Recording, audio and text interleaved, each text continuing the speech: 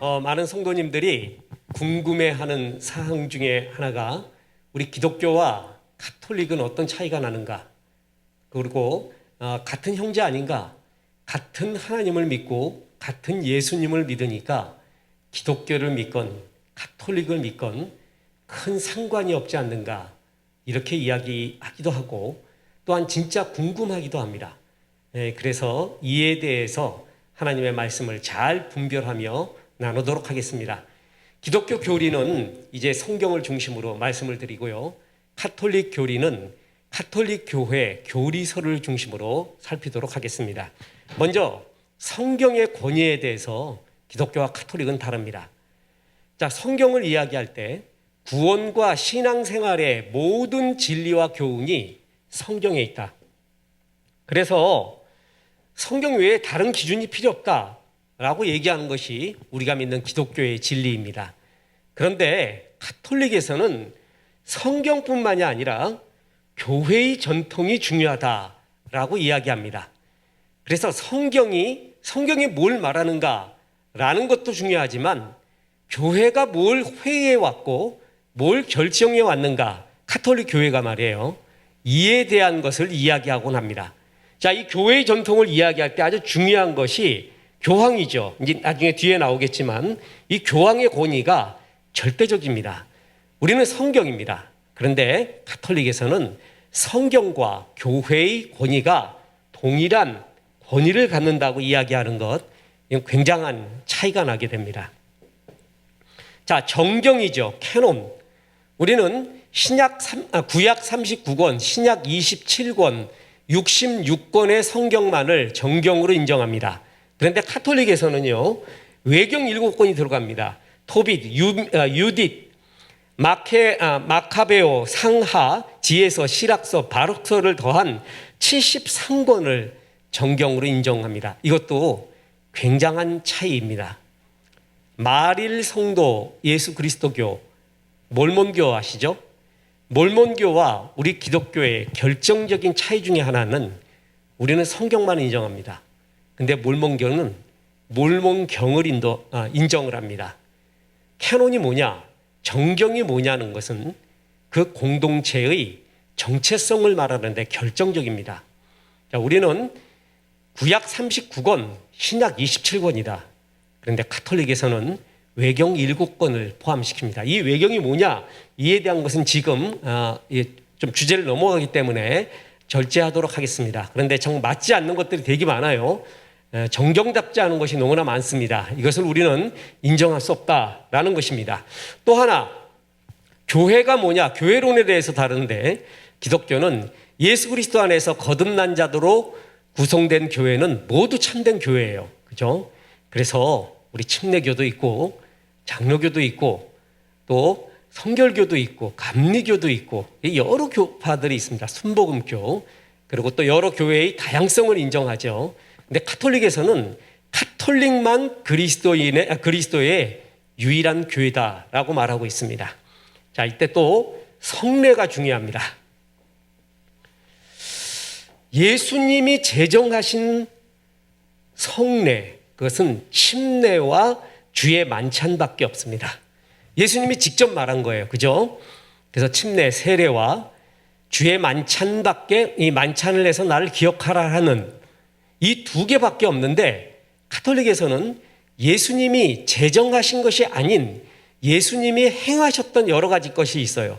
그 중에 자기들이 7가지를 이렇게 성사라, 세크라멘트라고 해가지고 성례전이라고 해서 진행하고 있습니다. 세례, 견진, 성체, 고해, 병자, 성품, 혼인, 7가지 성사가 있죠. 이것도 굉장한 차이가 되고 나중에 보겠지만 이 성례전적 신앙과 성경을 믿는 믿음의 신앙이 어떤 차이가 나는가 나중에 더 구체적으로 보도록 하겠습니다.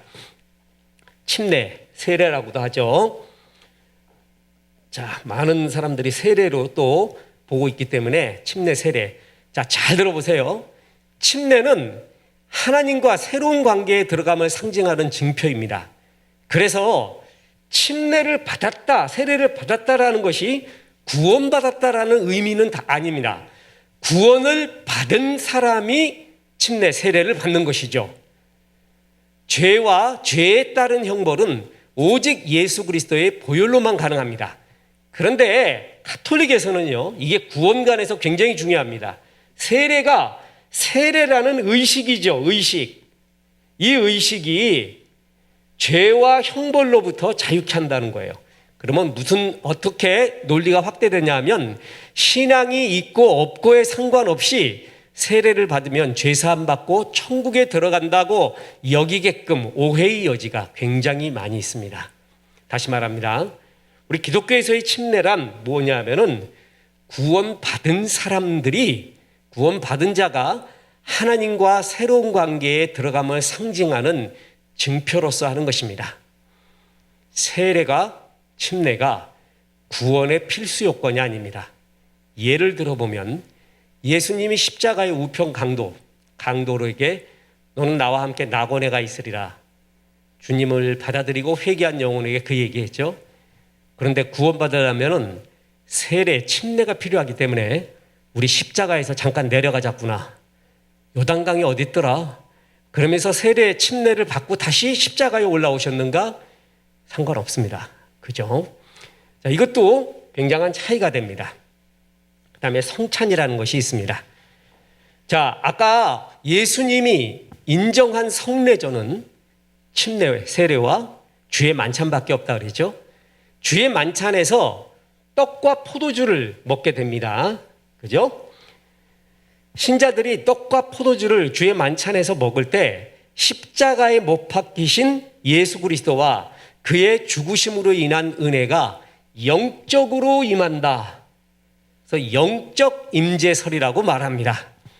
그런데 가톨릭에서는요, 떡과 포도주를 먹을 때 사제가 그 떡과 포도주를 나눌 때 즉시로 사제의 축복권, 사제가 그것을 떡과 포도주를 나눔과 동시에 떡과 포도주가 실제 예수 그리스도의 살과 피로 변한다.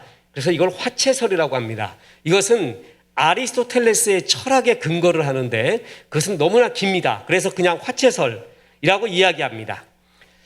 자, 다시 말해서 그 떡과 포도주는 예수님이 영적으로 임하시고 예수님을 더 기억하고 예수님의 은혜에 대한 기억을 더 이렇게 불러일으키는 영적 임재한다라는 것이고, 그것이 우리가 믿는 것이고, 가톨릭에서는 뭐라고요? 진짜 그것이 예수님의 피와 살로 변한다. 잘 들어보세요. 우리는 구원을 받을 때 예수 그리스도를 믿음으로 말미암아 예수님이 십자가에서 흘리신 피를 우리가 지금 맛봤습니까? 목사님이 그 피를 갖다가 집어 던졌어요?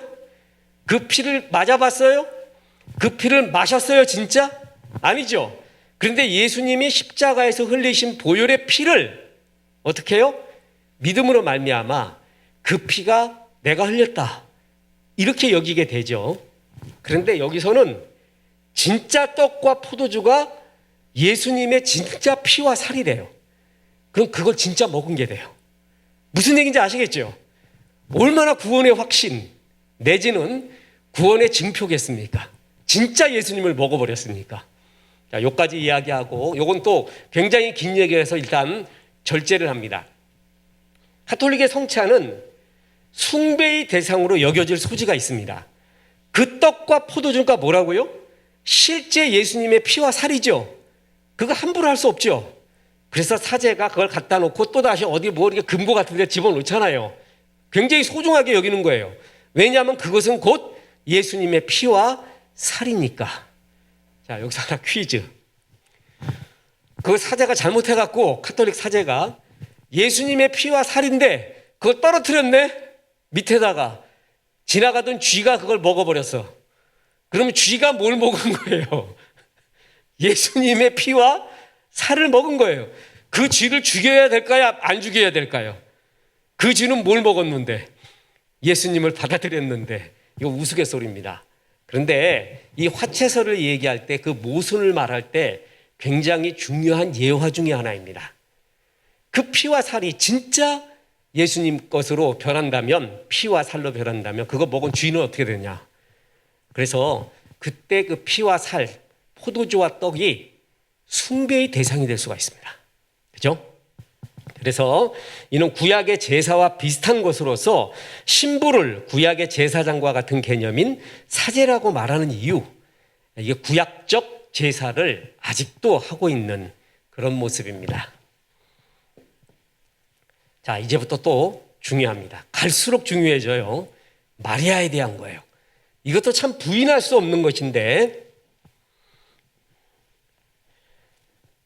자, 우리 기독교에서는요, 굉장히 잘못된 것 중에 하나가 마리아를 굉장히 믿음 좋은 집사님 중에 하나 같이 여겨요. 뭐, 그 정도는 좀 너무 마리아를 비하하는 것이죠. 위대한 성자를 잉태한 분은 사실입니다. 그리고 믿음도 엄청난 훌륭한 믿음을 가진 사람인 것은 분명합니다. 그죠? 그래서 훌륭한 믿음과 덕을 가진 여인이다 인정합니다. 그러나 경배의 대상은 결코 아니다. 그리고 마리아에게 기도하지도 않는다. 사람이니까요. 근데 카톨릭은 다릅니다. 카톨릭은요, 성자 예수님을 낳았으니 성모다. 인정해요. 그죠? 우리도 성모 마리아 그러잖아요. 그죠? 그래서 죄 없으신 예수님을 잉태했으니 마리아도 원죄가 없다라는 성모 무음설까지도 나가게 됩니다. 이해하시겠어요? 무흠한 인간은 예수밖에 없습니다. 그런데 성모까지도 무흠하다, 원죄가 없다라고 말하고 그는 죽지 않고 승천했다, 성모 승천설까지도 말하고 있습니다. 또 하나 중보자가 있는데 우리는 하나님과 인간 사이의 중보자는 예수 그리스도밖에 없다 그러는데 마리아까지도 뭐라고요? 중보자다라고 말합니다. 그래서 마리아에게도 기도해야 되고, 마리아에게 기도하는 것이 예수님께 직접 기도하는 것보다 효과적이다. 애가 뭐 좀 사달라 그래요. 그런데 아버지한테 직접 말해요? 아니면 엄마한테 먼저 말해요? 보통 평범한 가정에서 엄마한테 말하는 게 편하죠. 엄마하고는 싸우기도 하고 뭐 하지만 편해, 엄마한테. 아버지는 긴 말 안 해요. 굵고 짧게 말하지만 그건 결정적이야. 엄마한테 말해서 막 구슬려 갖고 아빠한테 말하게 하잖아요. 예수님께 직접 기도하는 것보다 엄마인 마리아한테 기도하는 게 효과적이다. 진짜 카톨릭에서 성모에게 기도할까요? 여러분 홍삼 트리오라고 아십니까? 이거 알면은 굉장히 새를 좀 많이 먹은 분입니다. 노래 중에 기도라는 노래가 있습니다. 거기에 이러한 노래 가사가 납니다. 성모 앞에 드리는 기도. 가사에 나와요. 그리움에 불러보는 아픈 내 가슴 속에 맺힌 그녀. 뭐 이렇게 부르더니 성모 앞에 드리는 기도. 가사가 나와요. 분명히 드리고 있습니다. 성모에게 분명히 기도의 대상입니다. 이건 우리가 인정할 수가 없습니다. 그도 분명히 성모도 죄 있는 존재였고요. 승천 말도 안 돼요. 동정녀, 끝까지 동정녀를 살았다 그랬잖아요. 끝까지. 예수님 낳고 끝까지 동정녀. 그러면 성경에 목수의 아들 다른 사람 쭉쭉 이름이 나왔어요. 예수의 형제들이. 그게 결정적이거든요. 그럴 때 카톨릭에서 뭐라 그러냐면 동명이인이라고 합니다. 마리아라는 이름을 가진 동명이인이지 예수님을 낳은 마리아가 아니다 이렇게 얘기할 정도예요. 자, 이것은 굉장히 억지입니다. 이 성모에 대한 것, 마리아에 대한 것은 기독교와 카톨릭의 결정적인 차이 중에 하나가 됩니다. 그 다음이 또 중요한 게 교황입니다.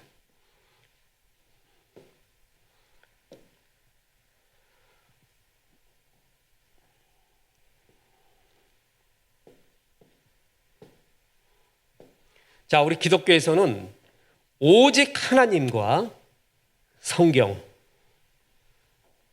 오직 하나님과 성경만의 권위만 인정합니다. 교회의 머리는 예수 그리스도고, 교회는 베드로의 고백처럼 예수님이 그리스도이시자 살아계신 하나님의 아들이심을 믿는 믿음 위에 세워진 공동체입니다. 그래서 만신자 제사장, 이거를 만인 제사장이라고 말하는데 전 그건 성서적이라고 보지 않습니다. 모든 사람이 제사장은 아니죠. 만신자, 모든 믿는 자가 제사장이지 만인이 제사장은 아닙니다. 그래서 그것은 용어를 정말 고쳐야 되고 지금도 고치는 작업 쪽을 하고 있습니다. 모든 신자는 왕 같은 제사장들입니다. 하나님 앞에 동등합니다. 저는 이런 걸 얘기할 때 목사가 좀 불리하지 않나, 목사는 그래도 조금 낫지 않나, 이렇게 얘기하면 얼마나 좋을까요? 목사는 주의 종이죠. 그러나 구약의 제사장적, 가톨릭의 사제 같은 존재가 결코 아닙니다. 우리는 풀타임으로 드리는 성별된 봉사자입니다. 그래서 일반 성도보다 높은 위치에 있거나 더 큰 권위를 가진 자, 하나님 앞에서 그렇게 볼 수는 없습니다. 옳지 않습니다. 가톨릭에서는 그걸 굉장히 강조해요.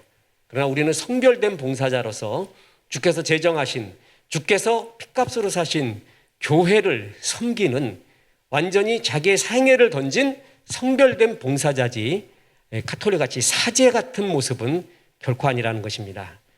자, 이제 오늘부터 목사 우습게 알자 이러면 안 돼요. 그거하고는 또 완전히 다른 얘기입니다.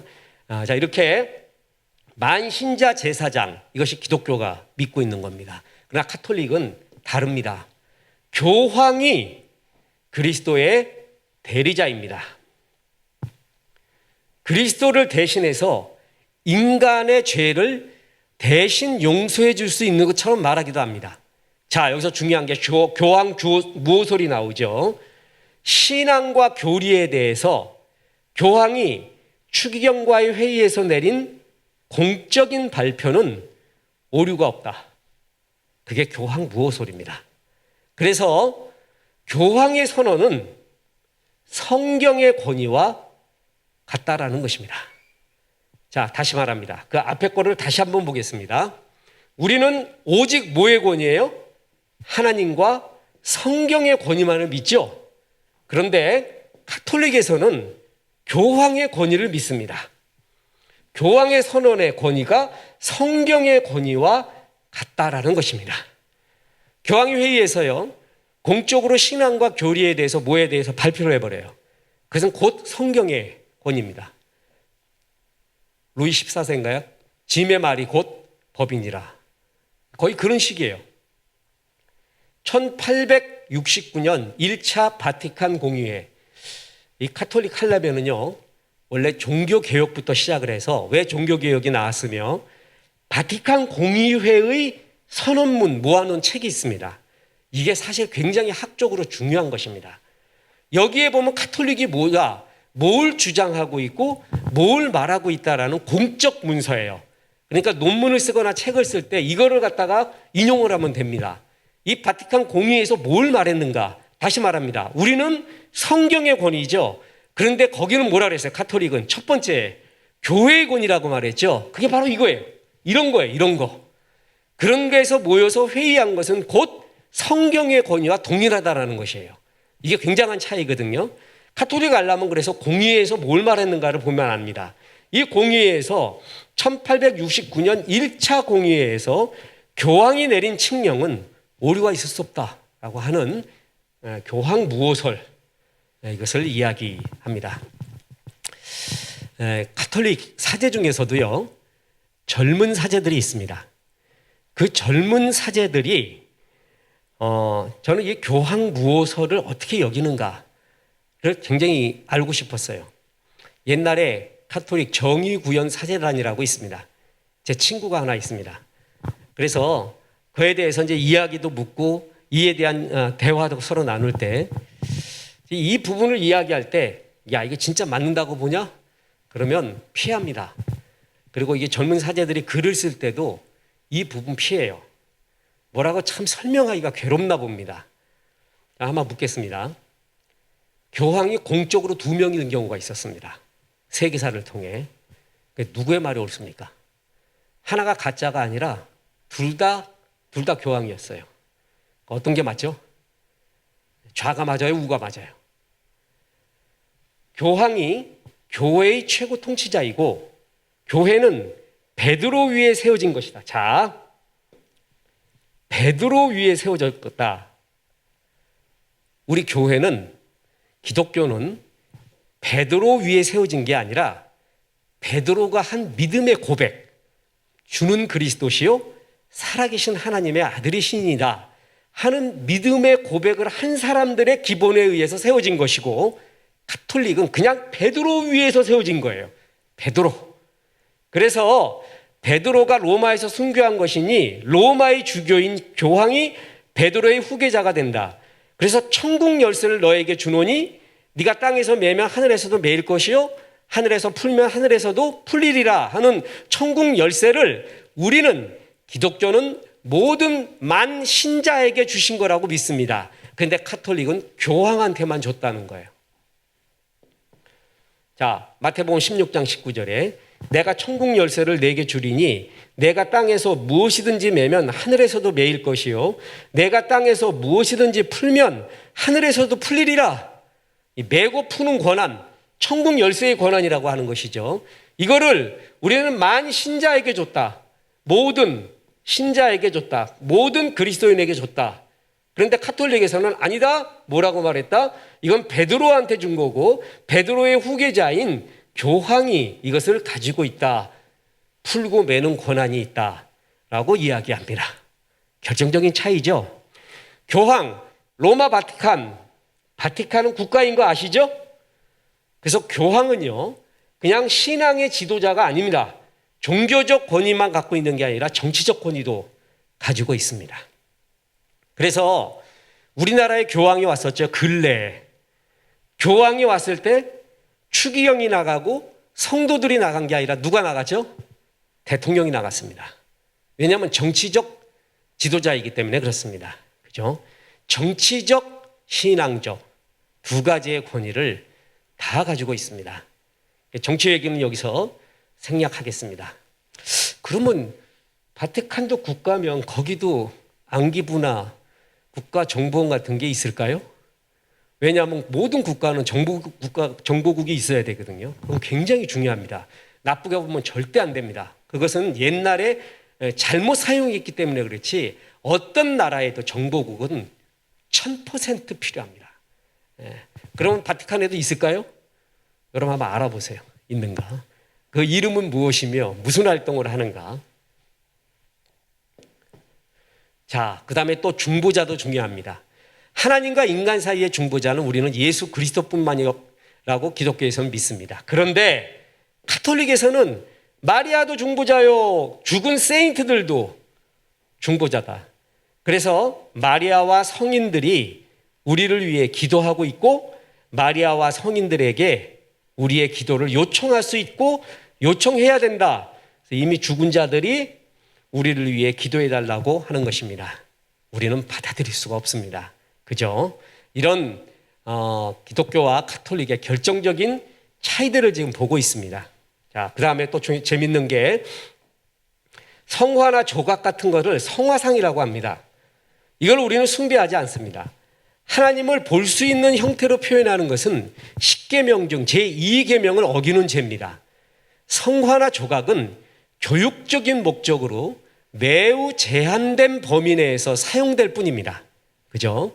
그런데 성당 안에서는요, 가톨릭은 성화상을 적극적으로 전시합니다. 성화상이 기도를 돕는다고까지 주장을 하고, 물론 공적으로 성화상을 숭배하는 것은 아니고, 또 성화에 표현된 마리아나 성인들을 공경할 뿐이라고 말하지만, 실제로 가톨릭 신자들은 성화상 앞에서 기도하지요. 절도 하죠. 말은 아니라 그래도 다 하고 있습니다. 자, 이것을 이해하기 위해서 재밌는 게 십계명입니다.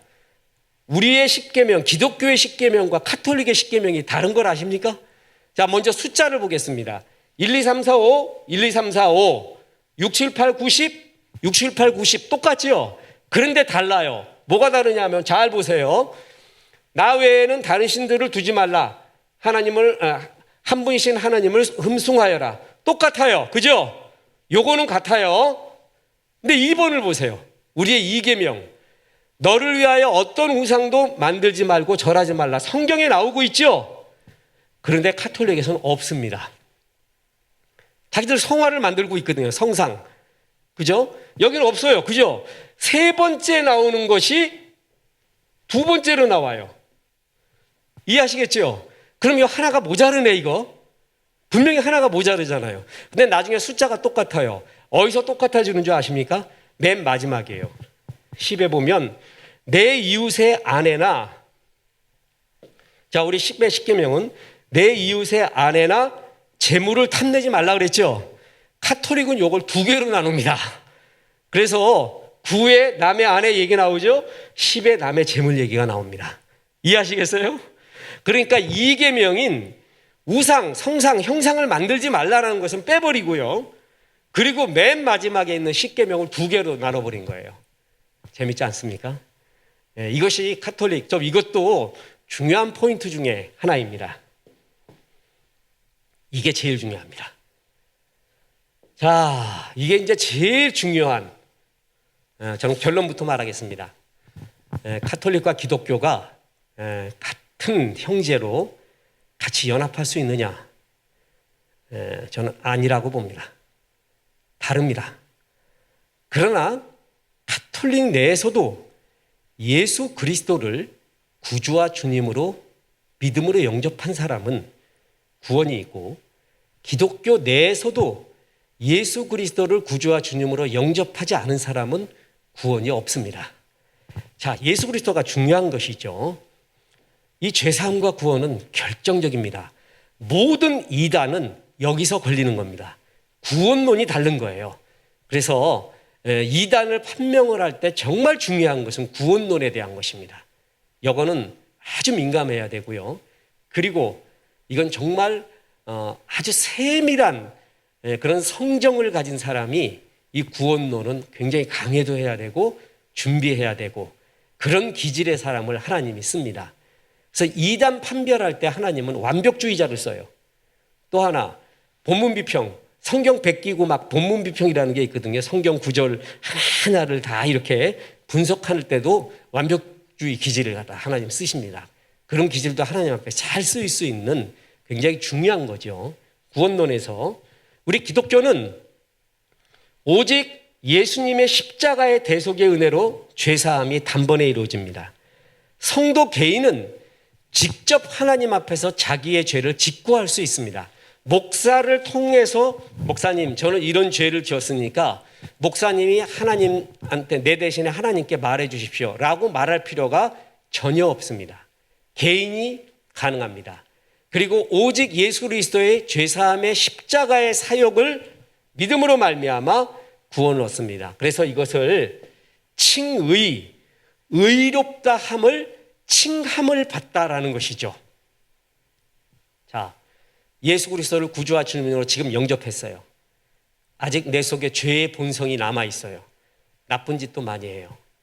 그런데 그런 너를 예수 그리스도 때문에 의롭다라고 칭해 주는 것입니다. 깨끗해져서 의롭다라고 말하지 않은 거예요. 그죠? 이제 더 깨끗해지고 거룩해지는 것은 성화라고 합니다. 성화를 받아야 구원받는다가 아니라 칭의, 의롭다함을 얻는 것이 먼저입니다. 그래서 우리 기독교는 믿음과 은혜로 구원을 얻는 것이다 라는 것이 결정적이고 설교 시간에도 수없이 말하고 성경 공부 때도 말합니다. 그런데 가톨릭이 이게 다릅니다. 원죄는 세례를 통해서 없앤다. 그리고 작은 죄들은 가톨릭 사제에게 고해성사를 통해서 용서받는다. 그런데 아직도 작은 죄가 더 많아. 용서받지 못한 죄. 그거는 연옥에서 해결한다. 그러니까 구원의 과정이 굉장히 많아요. 우리는 단번에 끝나요. 근데 가톨릭은 구원의 과정이 많고 내가 구원받았는지 확신할 수가 없습니다. 과정 속에 난 어디든 하나 다 누락되는 거야.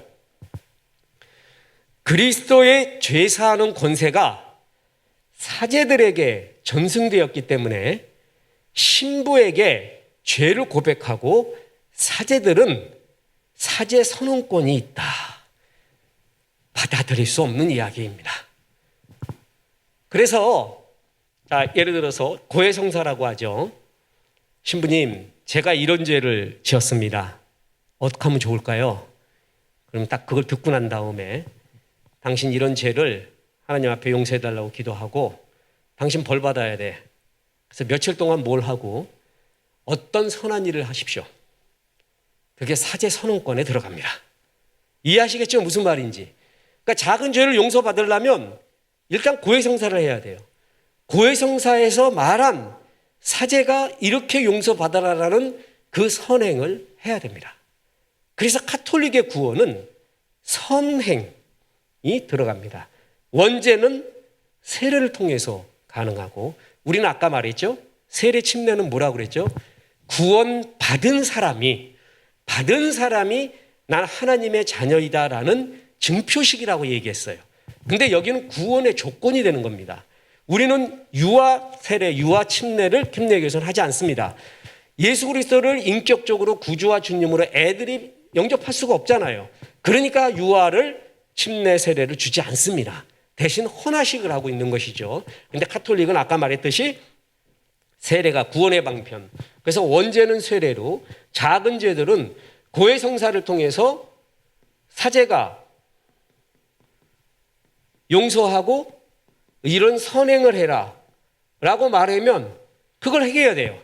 그러니까 구원의 조건에 뭐가 들어가는 거예요? 선행이 들어가게 됩니다. 그런데 그 선행을 다 못했네? 그리고 죄가 또 작은 죄가 무지하게 많네? 요건 연옥에서 해결해야 돼. 연옥이 뭐냐면 산 것과 죽음. 죽었어요? 천국과 지옥 사이에 중간지대가 있다는 거예요. 그게 연옥이거든요. 이게 가톨릭에서도 정말 기독교와 다른 결정적인 것 중에 하나가 바로 이 연옥입니다. 자, 이건 조금 뒤에 나옵니다. 그래서 선행으로 갚아야 돼요. 자, 그러면 제가 이거를 사제들의 선언, 사제 선언, 또 이 죄에 대한 용서권을 절대 폄하해서 말하는 것이 아닙니다. 제가 사제예요. 그런데 좀 개인 흑심이 들었어요, 내가. 그래서 용서 이렇게 받는다고 했어요. 당신 죄를 지었으니까 이거는 정말 가서 하나님 앞에 정말 잘못했다고 말하고 이런 선행을 해라 라고 말하는데, 가서 목사님 양복 한번 사드려 이래서 아니 목사님이 아니구나, 신부님. 저는 이런 신부는 없다고 봅니다. 이런 신부는 없어요. 그죠? 그러나 가능하겠어요? 지금 제 말이 가능은 합니까? 가능은 하지요. 이런 신부는 없어요. 그런데 가능은 하죠. 만약에 자기의 이권이 들어가거나 뭘 할 때 그 선행의 이야기로서 말도 안 되는 조건을 말할 수도 있어요. 그게 역사적으로 증명이 됐습니다. 그게 바로 면죄부입니다. 네가 이 죄를 용서받으려면 면죄부를 사라. 그럼 용서해 줄게. 이 면죄부는 두 가지였어요. 네 죄를 용서받으려면 이 면죄부를 사고, 연옥에 가 있는 네 아버지, 네 사랑하는 사람, 네 자식이 천국에 가기 위해서는 면죄부를 사라. 그러면 그 면죄부를 사서 돈을 헌금함에 넣는 순간, 땡그랑 하는 순간에 연옥에 가 있는 네 아들이, 네 어머니가 천국으로 간다라고 말했습니다. 그게 면죄부 사건이에요. 이게 종교개혁이 일어난 결정적인 3대 원인 중에 하나죠.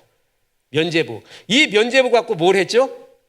베드로 성당 지은 거예요. 그게 로마의 베드로 성당이 면죄부를 지은 겁니다. 바로 이런 사제권의 고해성사의 선행의 이야기, 이런 것을 이렇게 오용을 해버린 겁니다. 가능했다라는 것이 역사적으로 증명이 된 것이죠. 우리는 예수 그리스도를 믿음으로 말미암아 구원을 얻는데 그들은 선행이 필요합니다. 그래서 이것을 칭의라고 하지 않고 의화, 의롭게 되어야 돼요. 진짜. 구원이 여러 과정을 거치죠. 세례도 받아야 되고 고해성사해야 되고 연옥에서도 해결해야 되고 구원의 확신을 가질 수가 없어요. 그래서 세례와 선행이 구원의 필수 조건이다라고 이야기하고 있습니다. 이건 우리의 구원관과 결정적 차이입니다. 이래서 받아들일 수 없습니다. 다른 건 몰라도요, 이건 받아들일 수가 없습니다. 여긴 예수가 없어요. 우리는 예수 그리스도의 십자가의 은혜로 그걸 믿음으로 구원 얻는데, 여긴 예수가 없고 나의 행위예요. 그죠? 그리고 사제들의 권위예요. 이 구원관이 바로 이렇게 결정적인 차이가 됩니다. 자, 이제 연옥의 이야기입니다. 누가 연옥이라고 그랬더니 예쁜 여자 이름인 줄 알아요. 그게 아니라 연옥은 기독교는 연옥을 부정합니다. 인간이 죽으면 성도의 영혼은 즉시 천국에 가고 불신자의 영혼은 지옥에 갑니다. 명복이라는 것이 없습니다. 죽은 다음에 복은 없습니다. 이건 성경적이지가 않습니다. 죽은 다음엔 천국 아니면 지옥이에요. 그리고 보세요. 그 둘은 오락가락할 수가 없어요. 부자와 나사로의 비유에서 보면 누가복음 16장 26절에 그뿐 아니라 너희와 우리 사이에 큰 구렁텅이가 놓여 있어 여기서 너희에게 건너가고자 하되 갈 수 없고 거기서 우리에게 건너올 수도 없게 하였느니라. 죽으면 끝입니다. 오락가락할 수가 없습니다. 이해하시겠죠? 그리고 예수님이 강도 구원받았을 때 그가 마지막에 회개하고 그리스도를 받아들입니다.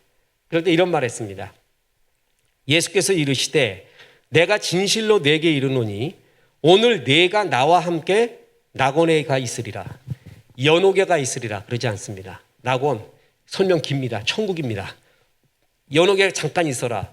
너는 지금 예수 그리스도를 받아들였지만 너 죄가 너무 많아. 너 진짜 잘한 거 하나도 없어. 선행도 없고.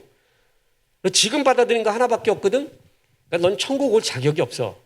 그래서 연옥에서 좀 이렇게 선한 일 기다리고 거기서 기도하고 덕을 좀 쌓아야 된다. 너는 지금 천국에 올 자격 없으니까 연옥이 필요하다. 이렇게 말하지 않습니다.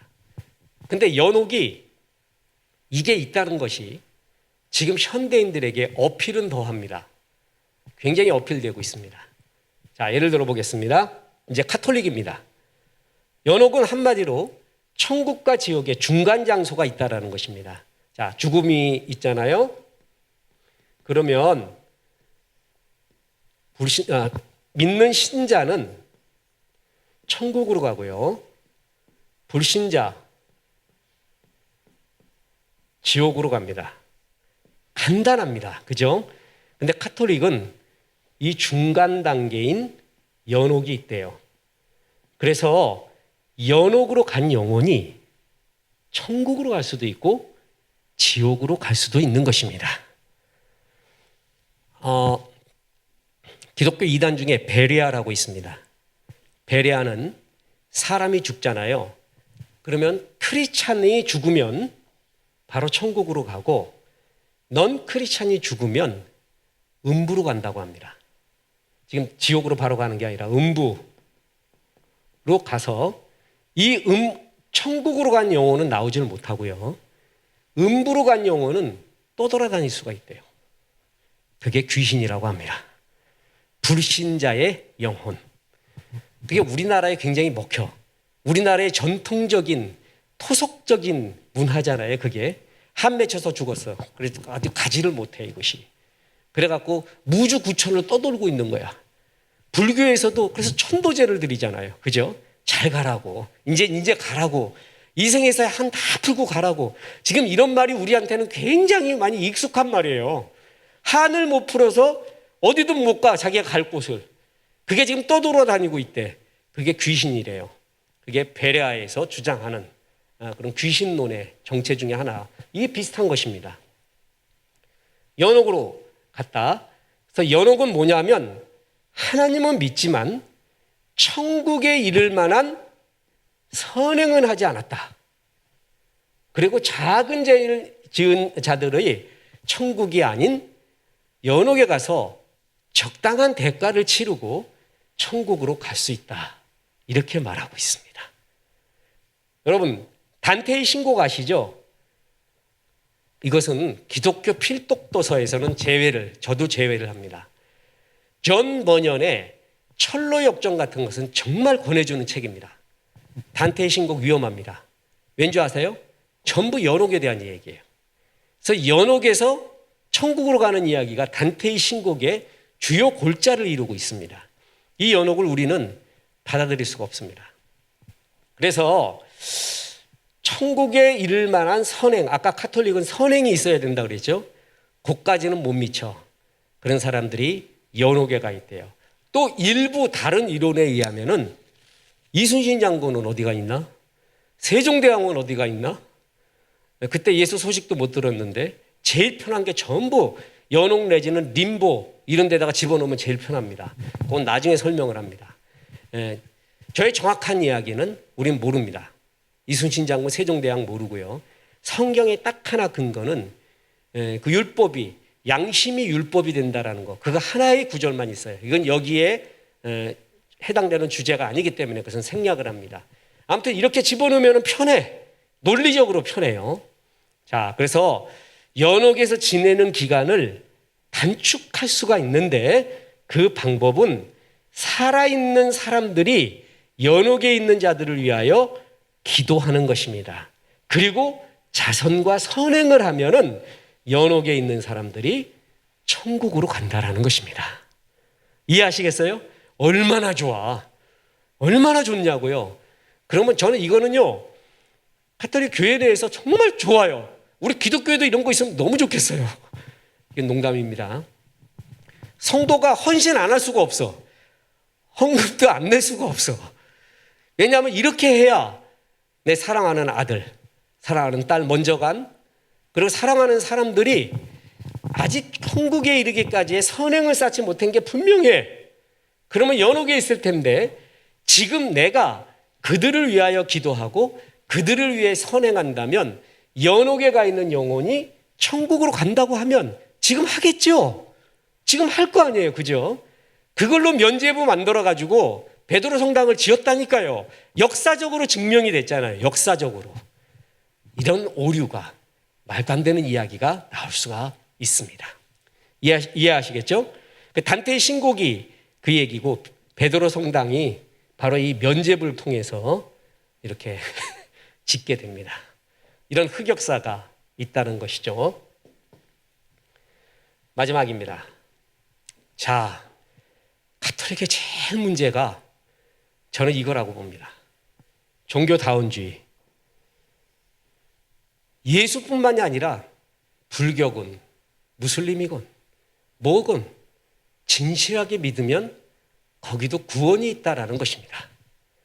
우리 기독교는 목에 칼이 들어와도 이것은 부인합니다. 그래서 배타적이라고 소리를 듣고 독선적이라고 말을 들어요. 그런 얘기는 들으십시오. 괜찮습니다. 진리를 위해 그건 진짜 핍박받는 거예요. 만약에 우리의 도덕 윤리적인 면을 그런 것을 지적당한다면 회개하십시오. 그런데 왜 예수밖에 구원의 길이 없냐라는 걸 지적하면 그건 받으십시오.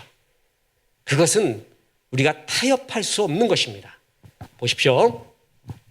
예수 그리스도만이 우리의 유일한 구원자다. 오직 성경만이 구원에 이르는 진리의 길이다라고 얘기했습니다. 요한복음 14장 6절에 예수께서 이르시되 내가 곧 길이요 진리요 생명이니 나로 말미암지 않고는 아버지께로 올 자가 없느니라. 아버지께로 올 자가 예수 외에는 없습니다. 그죠? 이걸 믿기 때문에 우리를 배타적이라고 말하고 독선적이라고도 사람들은 표현하는 것입니다. 선교를 나가요. 순교를 해요. 이것 때문에 순교하는 것입니다. 그죠? 이것 때문에 이걸 부인할 수 없기 때문에 그 불교는, 그 성상은 잡신을 믿는 것은 아닙니다. 예수 그리스도만이 하나님께 나가는 길입니다. 이걸 선언하다가 죽는 것이에요. 순교는 그래서 나오는 거예요. 근데 가톨릭에서는요, 다른 종교의 좋은 말로 말하면 열린 태도, 절대적인 진리는 없다라는 종교다원적인 이런 것들을 문호를 개방하고요. 실질적으로 가톨릭의 추기경들은 이거를 공공연하게 말합니다. 그리고 제가 언젠가 설교 시간에 얘기했는데 가톨릭 작가로 대중적으로 아주 유명한 시인 수필가가 있습니다. 이 사람들이 종교다원주의적인 확 확실한 종교다원주의적인 이야기를 한 텍스트가 있습니다. 제가 설교 시간에 언젠가 한번 보여드렸습니다. 그죠? 너무 유명한 사람이에요. 이름만 대면 다 알아요. 근데 확실한 종교다원주의자입니다. 그 텍스트가 있습니다. 그래서 일반 사람이 보기엔 유연해요. 포용적인 태도예요. 시대의 변화에 부응하는 모습이에요. 그래서 타종교를 굉장히 포용하는 듯한 모습. 사람들이 보기에는 기독교가 제일 문제입니다. 이런 면에서 제일 독선적이고 배타적이에요. 카톨릭이 제일 포용적이에요. 그러나 아닙니다. 이건 아닙니다. 애매한 과학주의는 생략을 하겠습니다. 이것도 정말 할 얘기가 많아요. 빅뱅을 받아들이면서 하나님이 거기에 개입을 했다고 표현을 합니다. 난 진짜 빨리 그거를 정확하게 말해달라. 당신들 입장을 정말 정확하게 말해라. 텍스트로 정말 얘기하고 싶어요. 애매하게 말해요. 카톨릭 사제가 진화론을 비판을 하면서요. 그러나 우리 교황청에서는 카톨릭에서는 이렇게 믿는다라고 이야기를 딱 하면데 정말 애매하게 말해요. 난 그런 거 정말 싫거든요. 확실하게 말해요. 확실하게. 진화론을 믿어? 어느 정도까지 믿어? 유신적 진화론이야? 그러면 빅뱅에서 거기서 생명체가 나왔나? 생명체를 빅뱅을 만든 게 하나님이고 그러면 거기서부터 생명체가 나와서 사람까지 갔는데 그러면 하나님의 형상대로 지음받은 하나님의 인간의 생명체는 어디부터야? 어디부터가 하나님의 형상이야? 아메바부터야? 사람이 완전히 됐을 때가 하나님 형상이야. 그리고 인간이 하나님을 떠났잖아요. 완벽한 인간이 원죄가 있잖아요. 그러나 진화론에서는 빅뱅 이론에서는 원죄가 없어지는 거예요. 예수가 필요 없는 거예요. 죄사함이 필요가 없는 거예요. 죄사함이. 이런 걸 확실히 말해라. 질문사항 10개를 적어갖고 정말 질문하고 싶어요. 이건 정말 이야기하고 싶어요. 그런데 아주 애매하게 이야기해요. 아직 이들도 확신이 없는 겁니다. 그런데 이런 종교다원주의적 경향을 분명히 보이고 있습니다. 증거를 보이겠습니다. 너무 잘 아시죠? 누군지 아시죠? 제가 이름 안 대도 알겠죠? 이들이 한 이야기, 우리나라의 메이저 방송에서 한 이야기를 들어보겠습니다. 말씀하신 문제와 관련돼서 지금 우리 사회에는 상당히 그 종교가 복합적인 양상을 가지고 있지 않습니까? 그러니까 기독교인도 있고 아주 독실한 기독교인들도 있고 또 유교 경전에 의해서 상식적으로 살아가는 사람들도 있고 또 이런 여러 이 종교의 저기가 있는데 이제 기독교에서 우리가 생각할 때 가장 큰 문제가 이제 지금 주기영님이 와서 말씀하시는 거는 이 방송을 통해서 전 국민에게 나가도 조금도 그 위화감이 없다고 생각이 됩니다. 그리고 제가 생각해도 유교 경전이라도 깊게 이해하는 사람이라면 주기영님 말씀을 저는 100% 수용할 수 있다고 생각합니다. 그런데 문제는 기독교인들 자신이 너무 타 종교나 타 진리에 대해서 배타적이다. 그러니까 뭐냐면 기독교가 항상 이 땅에 들어오면서 가장 큰 문제를 일으킨 것은 그 복음주의와 전도주의의 대전제인데요. 뭐냐면 이제 안정복이라는 사람이 그러니까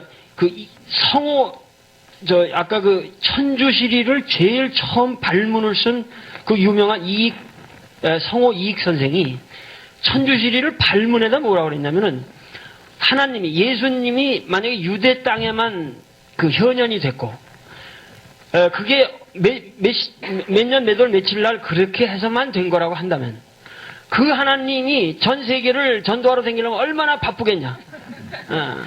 그러면 우리나라에 그 하나님이 오기 전에 우리나라는 그런 하나님이 없었다는 거냐.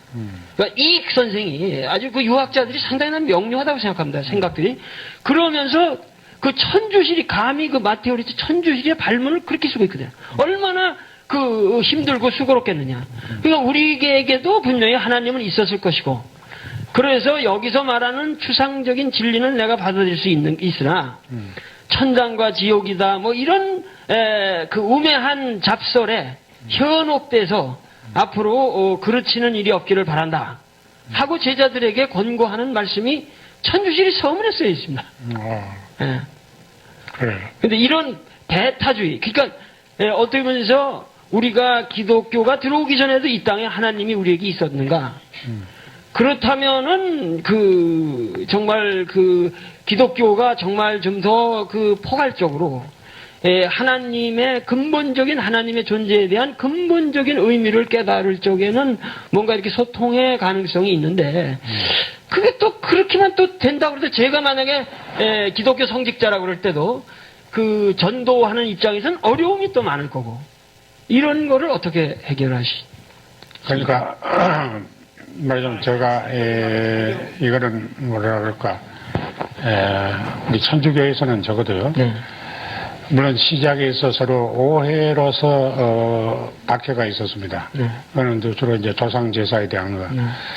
그러나 말하자면 천주에 대한 천주 존재에 대한 거를 이 땅에 없었다든지 이렇게 부정한 것이 아니고 오히려 이제 옛날부터 상제라는 것이 그 개념이 있었다는 것을 전제를 해가지고 나라에서도 우리나라에서 말하는 상제가 하나님과 같다라는 얘기입니다. 우리나라에서도 가르치고 있는 유교를 통해서 가르치고 있는 그 천의 정신이라든지 이것을 우리가 가르치는 것, 더 깊이 가르치는 것에 불과합니다. 이런 우리를 왜 박해합니까 하면서 그 정화상이라는 분은 상제상서라는 것을 냈죠. 예?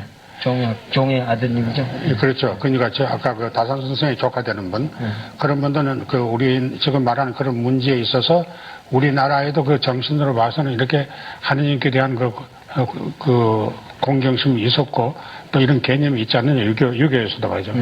그러니까 우리가 서로 어떤 놈이란 말이냐면 오해에서 이런 일이 있는데 그런 놈들 오해를 풀고 박해를 좀 안 하도록 해달라는 그런 의미의 그걸 냈거든요.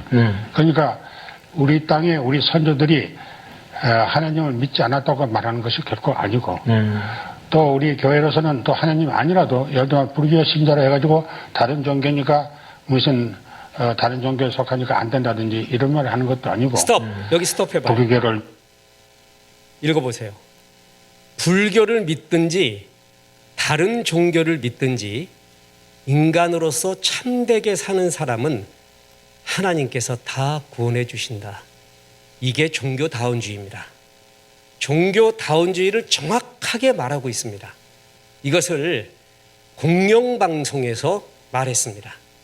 아까 또 도올 김용옥 저 사람도 참 괴롭습니다. 이렇게 기독교가 너무 배타적이다. 그러니까 배타적이지가 않다. 우리 카톨릭에서는 그 논리를 이끌어오면서 지금 저 얘기를 한 겁니다. 자, 분명히 들으셨죠? 분명히 들었죠? 지금 이야기를 계속 보겠습니다. 든지 다른 종교를 믿든지 하여튼 인간으로서 참되게 사는 사람은 하나님께서 다 구원해 주신다. 참되게. 이게 바로 종교다운주의입니다.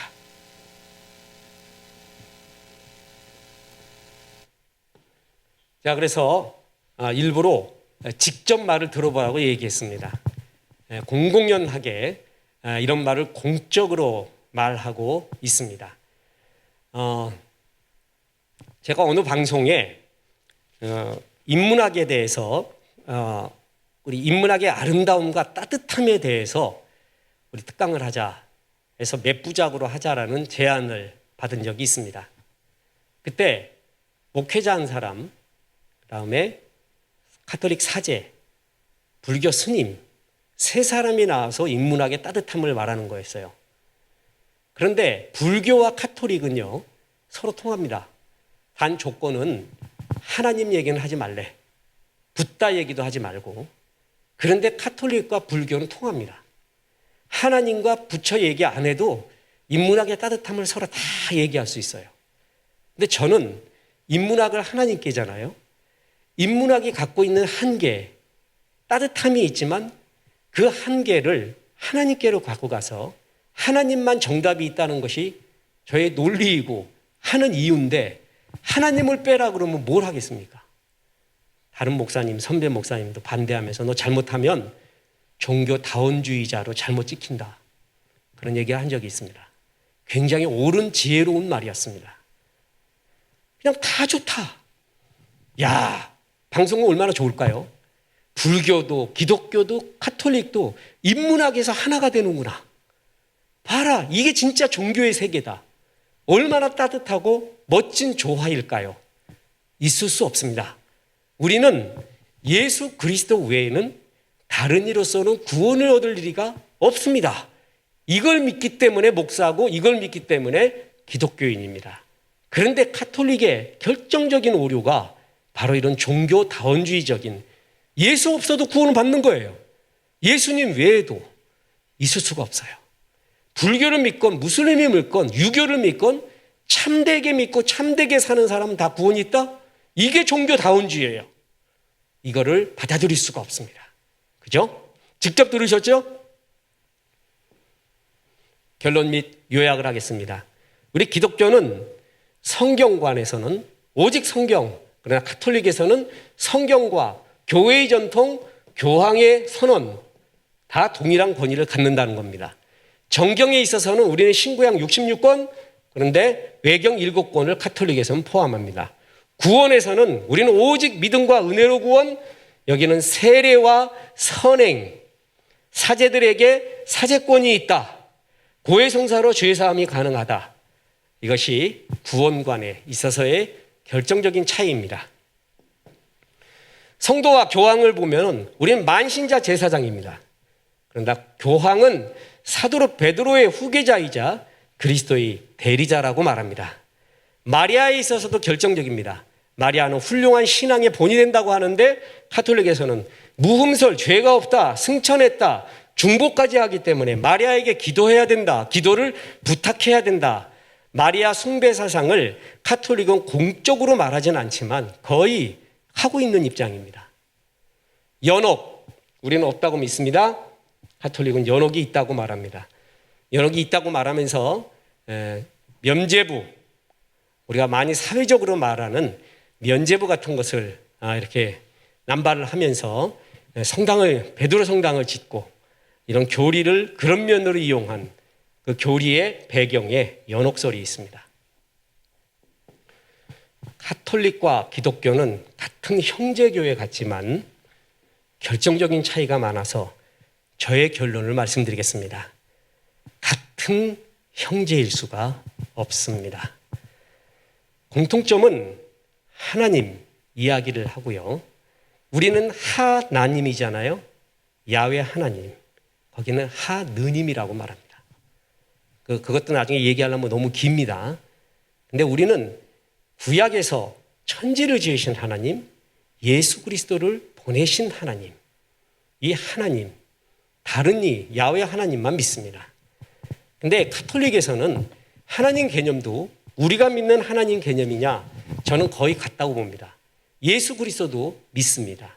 그런데 거기에 예수 그리스도와 하나님을 같이 믿지만 지금까지 말한 결정적인 차이들이 굉장히 많이 있습니다. 그래서 아주 극단적인 기독교 학자들은 아주 심한 얘기도 합니다. 저는 그까지는 말하기는 괴롭습니다. 아주 심한 얘기까지 합니다. 그런데 그렇지는 않다. 저는 개인적으로 그렇게 생각하지만 같은 교회니까, 제가 이 말은 뭐냐면 형제일 수가 없다라는 얘기는 뭐냐면 기독교를 믿으나 카톨릭을 믿으나 같다라고 볼 수는 없다라는 얘기입니다. 다른 것입니다. 지금까지 한 오늘의 수요 예배를 다시 한번 몇 번을 들어보십시오. 같을 수가 없습니다. 그래서 그냥 같은 하나님 믿는데 뭔 차이가 나느냐라고 말할 수는 없습니다. 그렇다고 아주 심하게 카톨릭을 말할 수는 또 저는 없다고 봅니다. 이런 차이가 있기 때문에 저는 결정적인 차이가 예수 그리스도를 믿음으로 구원을 얻느냐, 아니면 선행, 가톨릭 사제를 통한 죄사함, 이런 것들이 결정적인 차이라고 생각을 합니다. 가톨릭과 하나가 되라. 불교와도 하나가 되라. 왜 기독교만 꼴통짓을 하느냐? 너희만 배타적이다. 다시 말합니다. 우리의 도덕 윤리적인 면에서 지적을 당하면 회개하십시오. 그것은 잘못한 것입니다. 그런데 예수 그리스도를 믿음으로만 구원 얻는다라는 사실을 건드리면서 너희의 그 교리 때문에 다른 종교와 화합이 되지 않으니까 그걸 포기하고 다 같이 카톨릭에서 박애나 불교에서의 자비나 무슬림에서의 샬롬이나 기독교에서의 사랑이나 사실은 같은 말 아니냐. 그리고 다 올라가 보면 같은 신 하나님 믿는 게 아니냐. 아까 말했듯이 유교에서도 상제가 있듯이 우리도 그런 걸 믿는 거니까 다 같이 싸우지 말고 하나 되라. 이런 이야기. 예수 그리스도를 포기하라는 얘기는 절대 받을 수가 없습니다. 그것은 받아들일 수가 없습니다. 이것은 신앙을 포기하는 거예요. 교회를 포기하는 거예요. 전도와 선교를 포기하는 것입니다. 그렇죠? 이런 것은 잘 분별해서 하나님 앞에 아름답게 서나가기를 주 예수의 이름으로 축원합니다. 기도하겠습니다. 하나님 감사합니다. 오늘 기독교와 가톨릭의 결정적인 차이에 대한 주의 말씀을 보았습니다. 우리에게 믿음 주셔서 감사하고 예수님 주셔서 감사합니다. 예수 복음 잘 전하게 도와 주옵소서. 이 땅에 하나님을 거역하고 예수님의 진리를 거역하는 수많은 혼미한 사상을 일으키는 미혹의 영들에 주님 우리가 대적하게 도와주시고 분별하게 도와주시고 주의 은혜로 충만하게 도와 주옵소서. 예수님의 이름으로 기도했습니다. 아멘.